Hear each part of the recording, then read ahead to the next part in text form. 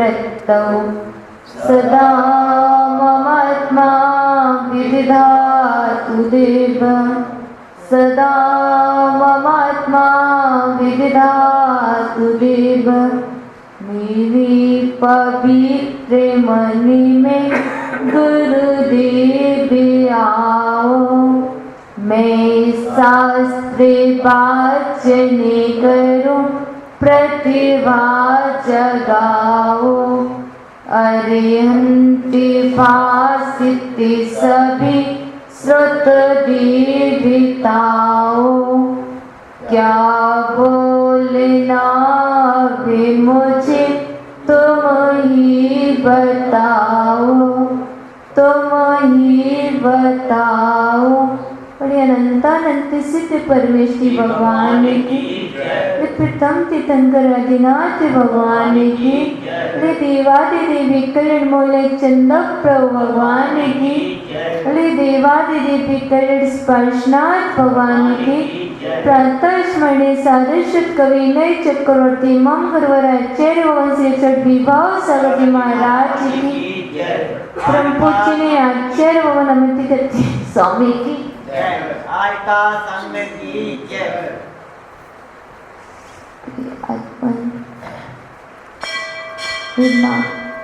शिलवाड़ी शुभ कल्याणी अयंत्यवासिता सिद्ध सिद्धिता आश्चर्य आश्चर्यित उपाध्याय उपासित सर्वे साधु साधित जीवित तत्व प्रबोधिनी अजीवित तत्व विवेचिनी सर्वाश्रम निरोधिनी कर्म वंद विमोचनी संवर पद प्रदायिनी निर्जरा निर्झरणी मोक्षमालधारिणी हे मां जिनवाणी तेरी जय हो सदा विजय हो। तेरी विशाल पद में स्रोत सूर्य का उदय हो, स्रोत ब्रह्म का उदय हो। प्रिय आत्मा सामायिक पाठ में कल हम सभी ने देखा था समाधि का साधन संस्तर नहीं है, विस्तर नहीं है, पाटा नहीं है, पृथ्वी नहीं है और काष्ठ आदि से बने हुए तखत पलंग आदि भी समाधि का साधन नहीं है। तो फिर और क्या क्या समाधि के साधन है, क्या क्या समाधि के साधन है और क्या क्या समाधि के साधन नहीं है। समाधि की बात चल रही है तो आगे भी 23वें श्लोक में भी आचार्य भगवान ने समाधि का स्वरूप बताया है। समाधि का साधन घर नहीं है, समाधि का साधन परिवार है क्या? समाधि का साधन परिवार भी नहीं है और समाधि का साधन संघ है क्या? संघ भी जिस संघ संघ नहीं बोल रहे, संघ संघ में और संघ में बहुत अंतर है ना। घा कवर्ग का चौथा वर्ण है और गा कवर्ग का तीसरा वर्ण है। एक संघ संघ भी क्या होता है? परिग्रह होता है और संघ भी समूह हुआ करता है। तो मानो संघ भी समाधि का साधन नहीं है और संघ भी समाधि का साधन नहीं है। भैया, समाधि के लिए संग की आवश्यकता होती है। हम निश्चय और व्यवहार में साथ में लेकर चलते हैं। हमें साधना करना है।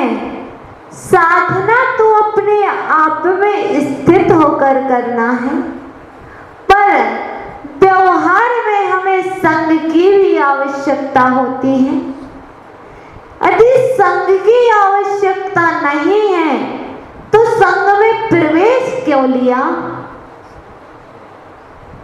यदि संग समाधि का साधन नहीं है तो फिर आप क्यों गए थे 10 लक्षण में शिविर में? यदि संग समाधि का साधन नहीं है तो फिर जब बीमार होते हो तो क्यों जाते हो साधु की शरण में? क्यों जाते हो उन संग के चरण पकड़ने? बताओ। हमने नहीं कहा था संग समाधि का साधन नहीं है, आपने कहा था ना? तो हम आपसे ही पूछ रहे है कि नहीं? व्यवहार में से संग समाधि का साधन है। हम व्यवहार को गौण नहीं कर सकते हैं क्योंकि हम संसारी प्राणी हैं। हमें व्यवहार लेकर चलना होगा, हमें निमित्त को भी मानना होगा। निमित्त क्या होता है? निमित्त निमित्त ही होता है। निमित्त ही होता है। कैसे?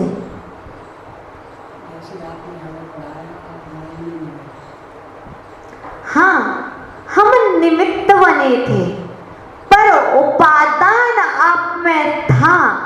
आपने उसको क्या किया? ग्रहण किया। उस उपादान जो सोया हुआ था उसको जागृत आपने किया है। हमने आपको ज्ञान नहीं दिया है। वस्तुतः ज्ञान तो आपके अंदर था पर उस पे कुछ परतें जम गई थी, तो हमने तो निमित्त बन करके उन परतों को हटाने की कोशिश की है। अब निमित्त कैसा हो सकता है? एक अंतरंग निमित्त हो सकता है, एक बहिरंग निमित्त भी हो सकता है। निमित्त 2 तरह के होते हैं, अंतरंग निमित्त और बहिरंग निमित्त। अब अंतरंग निमित्त है क्या?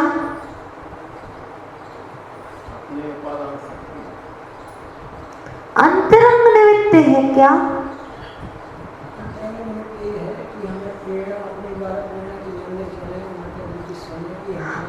ये आपकी अंतरंग प्रेरणा अंतरंग निमित्त है। लेकिन हम बहिरंग निमित्त में बात करते हैं, क्या है? राग द्वेष मोह क्षोभ। यदि हमें अधिकतर कोई निमित्त मिलते हैं तो हमें बहिरंग निमित्त मिला करते हैं, और ये बहिरंग निमित्त हमारे समाधि के कारण नहीं है, यह असमाधि के कारण है। यदि हमें मोह और क्षोभ हो रहा है तो यह हानिकारक है। मोह से तात्पर्य दर्शन मोह से लेना है, क्षोभ से तात्पर्य चारित्र मोह से लेना है। ये कैसे होता है? दर्शन मोह और चारित्र मोह।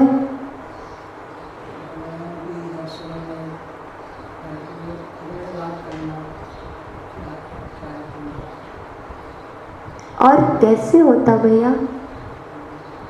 आज हम आपसे सिद्धांत की बात कर रहे हैं, क्योंकि विषय समाधि का चल रहा है, इसलिए।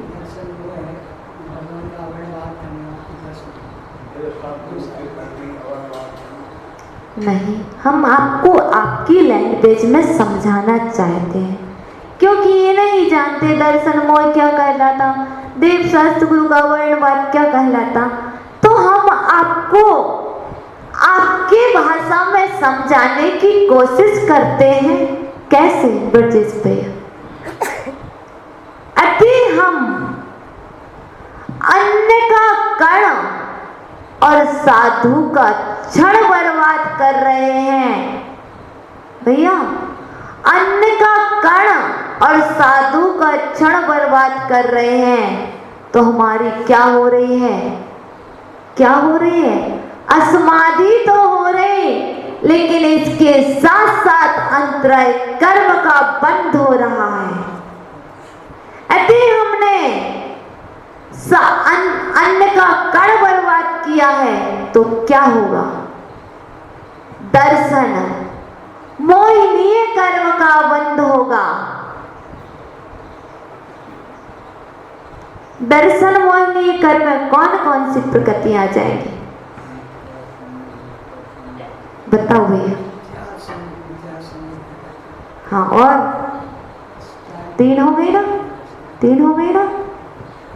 तो इस दर्शन मोहिनी कर्म का बंध होगा।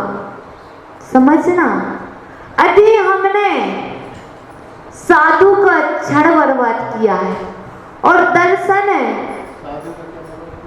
क्षण अन्य का कण बर्बाद किया आपने, तो क्या होगा? दर्शन मोहिनी कर्म का बंध होगा और आप एक तो दीक्षा हो नहीं पाएगी। वस्तुतः क्या होगा? अंतराय कर्म का बंध होगा अन्न का कण बर्बाद करने में। इसीलिए हमारे गुरुदेव कहते हैं, जो श्रावक का अन्न का कण ग्रहण किया है, पानी की बूंद ग्रहण की है, इसको चिनवाड़ी में परिवर्तित कर देना। यदि नहीं करोगे तो अंतराय कर्म का बंध होगा और आपके अंतराय समाप्त नहीं होंगे। और यदि हम साधु का क्षण बर्बाद करते हैं तो क्या होगा? चारित्र मोहिनी कर्म का बंध होगा और वह क्या होता? दीक्षा नहीं हो पाएगी। जब हम साधु का क्षण बर्बाद करते हैं, कैसे? राग द्वेष की बातें करके, मंदिर में आए हैं घर की बातें करेंगे जिनसे हमें कोई प्रयोजन नहीं है। वक्त था सामायिक का, वक्त था प्रतिक्रमण का, स्वाध्याय का।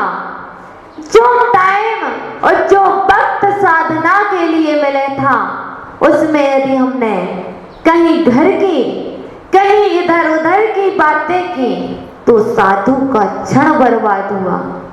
साधु का तो क्षण बर्बाद हुआ, लेकिन आपके लिए चारित्र मोहिनी कर्म का बंध हो गया और उसने आपकी दीक्षा से रोक लिया।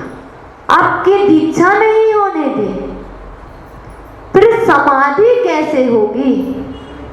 जब दीक्षा ही नहीं होगी तो समाधि कैसे होगी?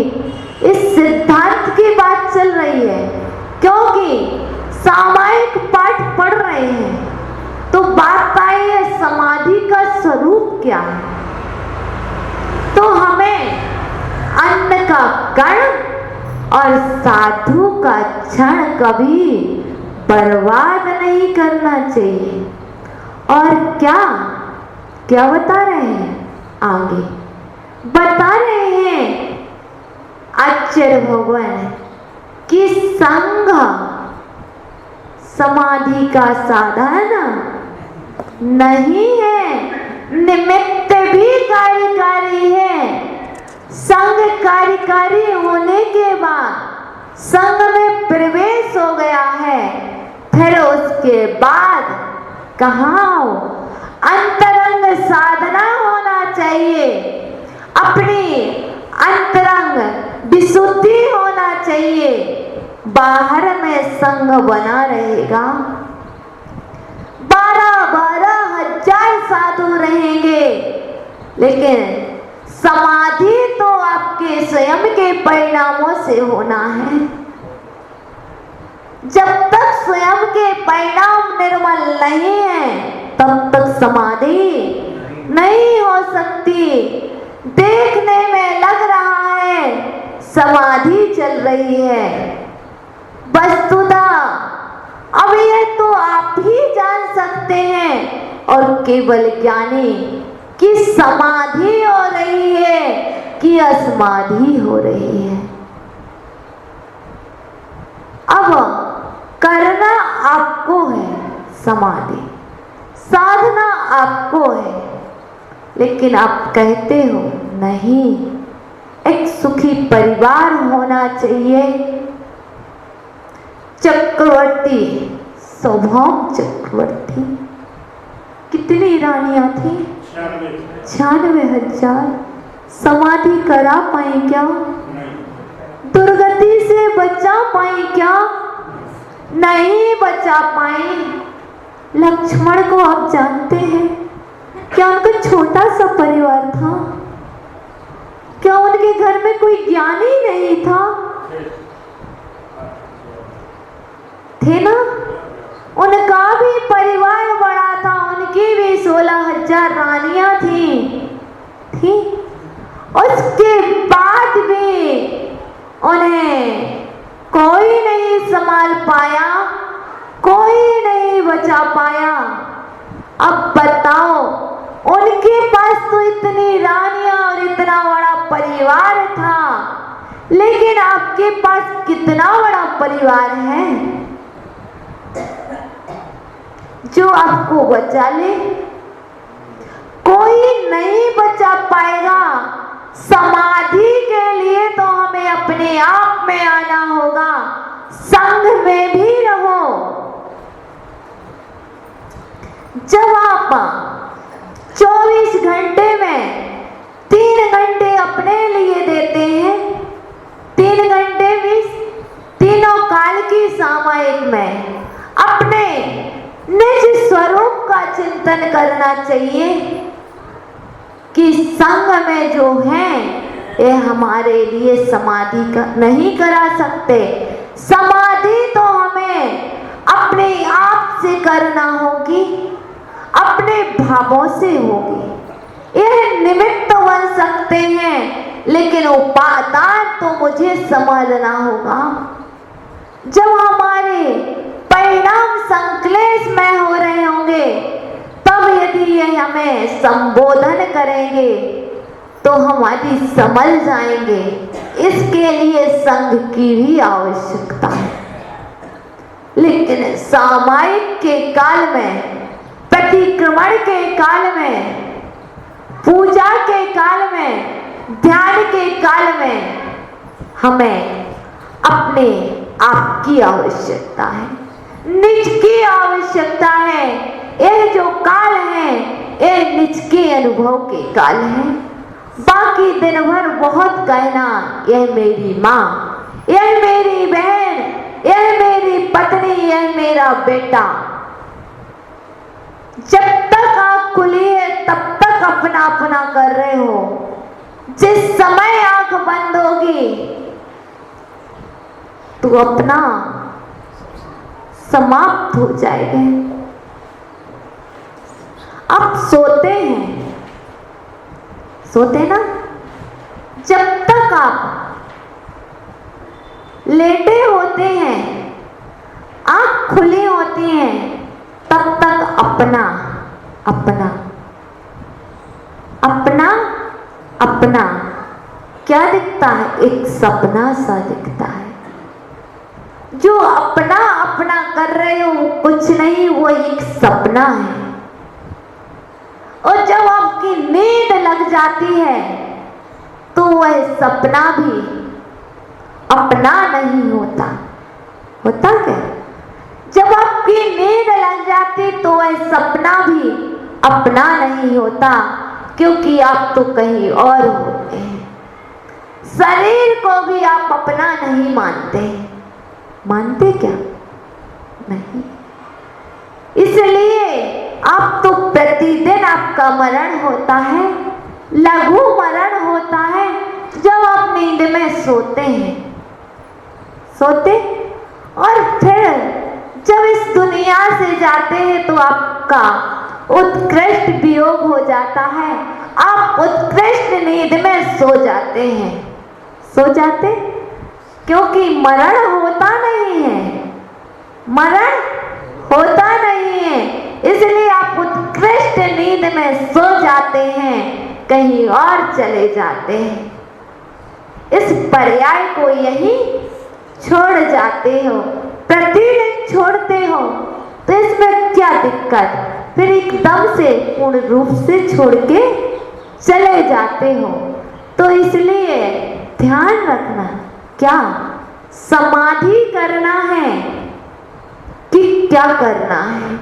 इसलिए असमाधि करना हो तो चल ही रही है, असमाधि तो प्रतिपल चल ही रही है। एक एक श्वास आ रही है, एक एक आ रही है और एक एक जा रही है। एक कुछ श्वास नहीं आ जा रही। वस्तुतः एक श्वास में असमाधि हो रही है। यदि जिसमें परिणाम निर्मल है, विशुद्ध है, वह श्वास का मरण हो रहा ना, क्योंकि वह श्वास पुनः नहीं आएगी। जिस श्वास में आपके परिणाम अच्छे थे, उस श्वास में आपने समाधि कर ली। इसलिए यह अवसर तो मिला है अपन के लिए समाधि का, तो समाधि करना। अब कैसे करना, उसके लिए पूज्य आचार्य भगवान ने आपको मार्गदर्शन दिया है। किसने? भावना द्वात्रिंशतिका में समाधि का स्वरूप बताया है। कल जान लिया था, तो आज और आगे देखेंगे क्या कह रहे हैं भगवान। ना संस्तरो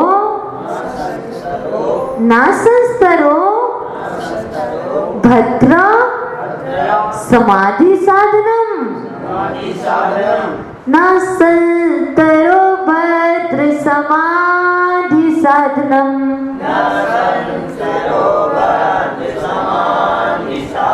ना संस्तरो भद्र समाधि साधनम,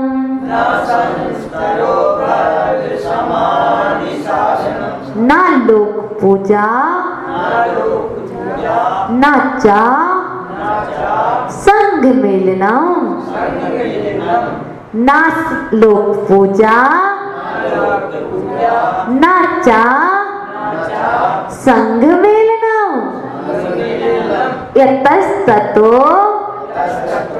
ध्यात्म रतो भवानी सम विमुच्य सर्वामपि वाहे वासनो, न संस्तरो भद्र समाधि साधनम, न संस्तरो भद्र समाधि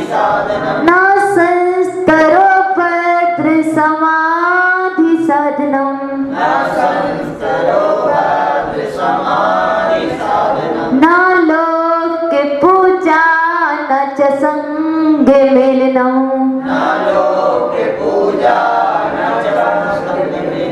न लोक पूजा न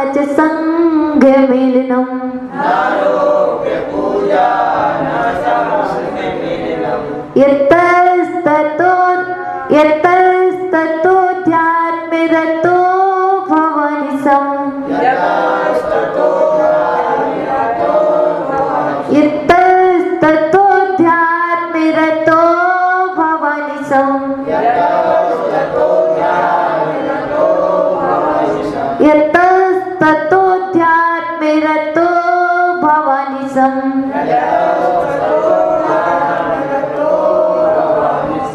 विमुच्य सर्वमपि बाह्यवासनम्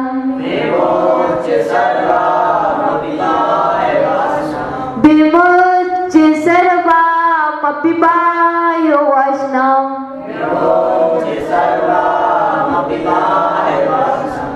और क्या बता दिया भगवान ने? लोक पूजा समाधि का साधन कब? जब संग में पहुंच जाओ तो क्या अभय भैया पूजा करते हैं। हमारी तो पूजा हो रही है, इस सब लोग अर्घ चढ़ा रहे हैं, ये दीदी भी पूजा कर रहे हैं, और तो और क्या ये माता जी भी हमें वंदना कर रहे हैं। सब लोग हमें पूज्य मान रहे हैं।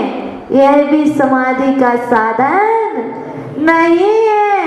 ये समाज पूजा दे देगी, प्रतिष्ठा दे देगी, पत्रिका छपवा देगी, बैनर छपवा देगी, ना जाने किस किस तरह से आपका नाम ऊंचा करेगी।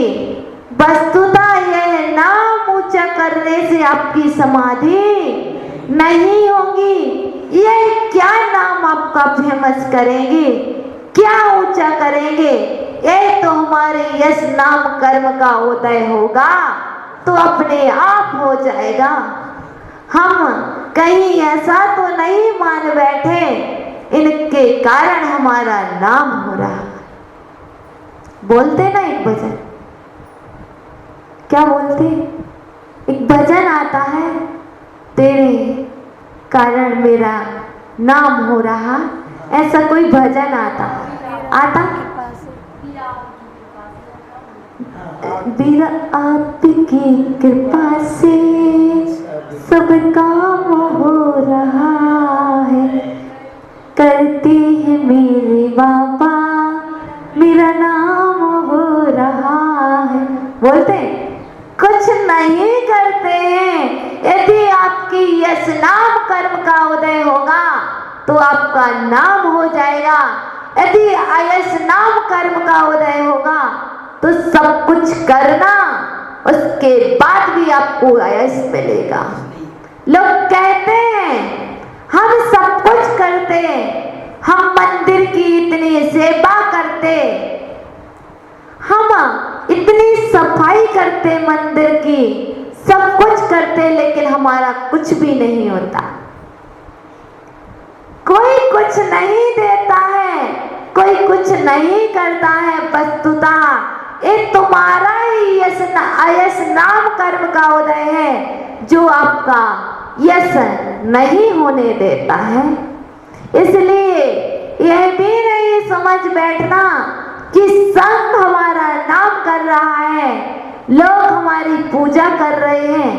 नहीं, ये तुम्हारी पूजा नहीं कर रहे हैं, वह तो अपनी ही पूजा कर रहे हैं, अपने को पूज्य बनाने के लिए कर रहे हैं। तुम यह मत समझ बैठना। यदि यह समझ बैठोगे तो क्या हो, तुम्हारी समाधि नहीं हो पाएगी। जिस समय कोई आएगा और आपको नमोस्तु वंदना नहीं कर पाएगा तो आप संक्लेशमय हो जाएंगे, दुखी हो जाएंगे। इसलिए यह समाधि का साधन नहीं है। इसलिए बताया है कि सामायिक पाठ को सामायिक में पढ़ना चाहिए। यदि हमें विषय नहीं आ रहा है, यदि हम सामायिक पाठ को पढ़ेंगे तो विषय तो हमें आ जाएगा कि हमें आखिर करना क्या है। वो उनके लिए है जिनका चिंतन अच्छा चलता है, तो उन्हें कोई विषय लेने की आवश्यकता नहीं है, कुछ पढ़ने की आवश्यकता नहीं।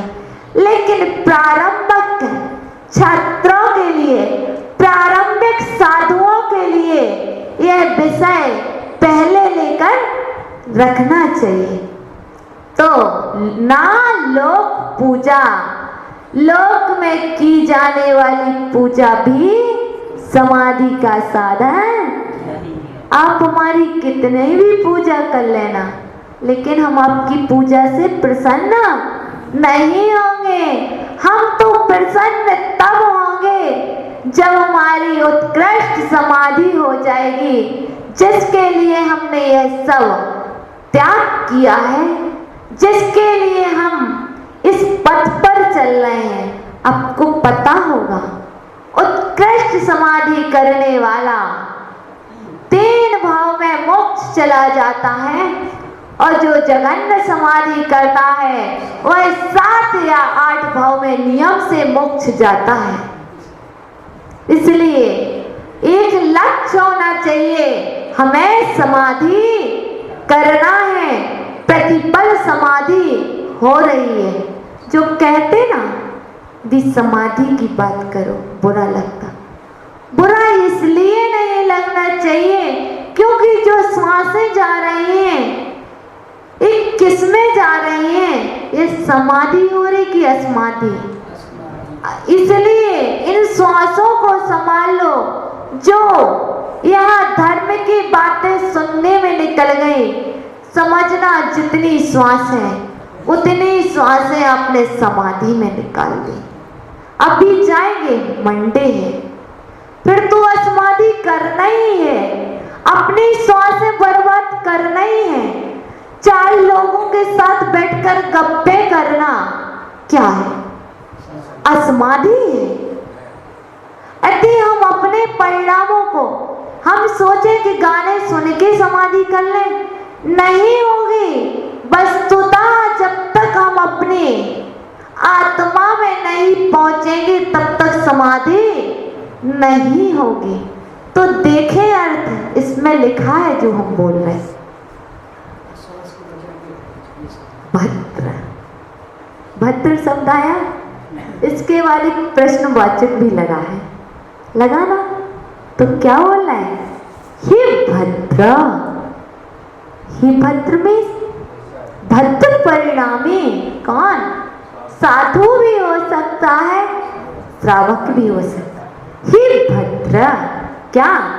यतः, क्योंकि ना संस्तर, संस्तर ना संस्तर, आसन नहीं है क्या? ना संस्तर ना आसन, आसन नहीं है क्या? ना चा लोक पूजा, चा से और ना से नहीं क्या? और लोक पूजा भी नहीं है क्या? आगे चलते हैं। ना संग मेलनों और ना संग का सम्मेलन, संग का मिलन क्या नहीं है? समाधि साधना, ये सब समाधि के साधन नहीं है। हे भद्र, आसन, लोक पूजा और संग का सम्मेलन समाधि का साधन नहीं है। अब आगे क्या बोल रहे हैं? यतस् ततः, यतः ततः, ततः मीन्स इसलिए, कैसे? सर्वामपि सभी क्या? बाह्य वासनाओं, बाहरी वासनाओं को, बाहरी परिग्रहों को क्या? विमुच्य छोड़ करके क्या? अनिसम, अनिसम मीन्स दिन रात क्या? अध्यात्म रतः, अध्यात्म में रत भव हो। हे भद्र परिणामी, समाधि का साधन निश्चय से ना संस्तर है, ना लोक पूजा है और ना संग का समूह है। इसलिए बाह्य वासनाओं को छोड़ करके अपने अपने अध्यात्म में निरंतर संलग्न रहो। एक बार और बताएं क्या? ये संस्तरों का होता है। संस्तरों में आसन, संस्तर, बिस्तर, बिस्तर सबसे संस्तर बना है, ठीक है? तो आ गया ना? आ गया होगा, बहुत सरल है। आगे पढ़ते हैं। न संति बाह्या मम केचनार्थः भवामि तेषां न कदाचनाहम् इत्थं विनिश्चित्य विमुच्यवायम् स्वस्थः सदा त्वं भवभद्र मुक्तै न सन्ति बाह्या मम केचनार्था न सन्ति बाह्या मम केचनार्था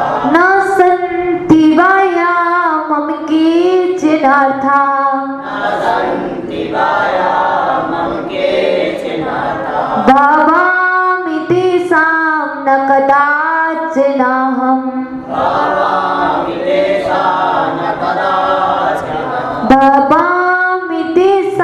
न कदाचनाहम् इत्थं विनिश्चित्य विमोचिवायम् इत्थं विनिश्चित्य विमोचिवायम् स्वस्था सदा त्वं भवभद्र मुक्त्यै स्वस्था सदा त्वं भवभद्र मुक्त्यै। उच्चारण करेंगे।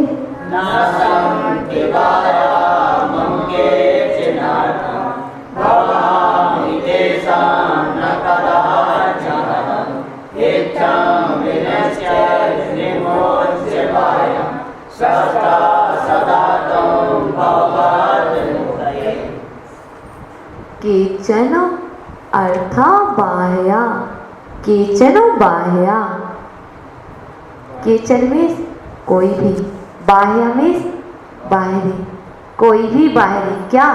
अर्था, अर्था में पदार्थ, केचन बाह्या अर्था कोई भी बाहरी पदार्थ, क्या? मम न संति, मेरे नहीं है। मम, मम्मी मेरे, ना में नहीं, संति में है। यदि इन शब्दों के इतने इतने अर्थ याद करोगे ना तो अधि संस्कृत आ जाएगी। मम ना संति, मेरे नहीं है। मम मम्मा, मम ममा, मम ना संति, मम ममा, मम ना संति। मेरी माता, मम्मी मेरी, माता मेरी नहीं है। अभी यही सीखोगे बोलना। मम ममा मम ना संति, मेरी माता मेरी नहीं है। मम जनका मम ना संति, मेरे पिता मेरे नहीं है। मम भ्राता मम ना संति, मेरा भाई मेरा, ठीक है। अब एक शब्द सीख लिया मम, है ना। मम ना संति, मेरे नहीं। अब इससे आप एक श्लोक भी बनाओगे, बहुत मस्त श्लोक बनेंगे, ठीक है। चलते हैं। केचन बाह्या अर्था मम न संति, कोई भी बाहरी पदार्थ मेरे नहीं है। क्या? ना अहम तेषां, ना अहम तेषां, ना अहम मीन्स मैं, तेषां उसका, ना मैं उसका हूँ। कोई कोई भी बाहरी पदार्थ मेरे नहीं है और ना मैं उसका हूं। कैसा? कदाचन भवामि, भवामि में हूं, मैं हूं। भवामि अहम के साथ लगता है भवामि, तो भवामि अहम भवामि, मैं हूं। अहम भवामि ना अहम तेषां भवामि, मैं उसका नहीं हूं। कैसे? कदाचन कभी भी, कदापि ना अहम तेषां कदाचन भवामि, ना मैं उसका कदापि हूं। ठीक है? कभी भी हूं। इत्थम अव्यय है। इत्थम का अर्थ हमेशा इस प्रकार होगा। इस प्रकार क्या? बाह्यम विमुच्य, बाह्यम विमुच्य, बाह्य संपर्क को छोड़ करके, बाह्य परिणति को छोड़ करके क्या? त्वम भद्र, हे भद्र, त्वम सदा, त्वम में तुम, सदा में सदा, स्वस्था भव, अपनी आत्मा में, स्वमें आत्मा अपने स्थान में स्थित भाव में हो। तुम अपनी आत्मा में स्थित हो। अब यहाँ बताया है कोई भी बाहरी पदार्थ मेरा नहीं है और ना मैं उसका कदापि हूं। इस प्रकार दृढ़ निश्चय करके बाह्य संपर्क को छोड़ दे। हे भक्त, तुम सदा अपनी आत्मा में स्थिर रहो। एक बार और बताएं क्या? चलते हैं। कोई भी बाहरी पदार्थ, बाहरी जो जो दिखता है, जो जो दिख रहा है वह सब बाहरी है। ये आंखों से जो दिख रहा, माता पिता जो भी दिख रहा, कोई भी बाहरी पदार्थ मेरा नहीं है, ना मैं इसका कदापि हूं। इस प्रकार दृढ़ निश्चय करके बाह्य संपर्क को छोड़ करके अपने तुम कौन? आप। तुम सदा अपनी आत्मा में स्थिर रहो।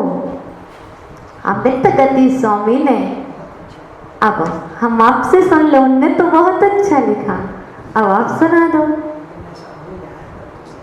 चलो सुनाओ तो, जब आचरण करोगे तो होगा।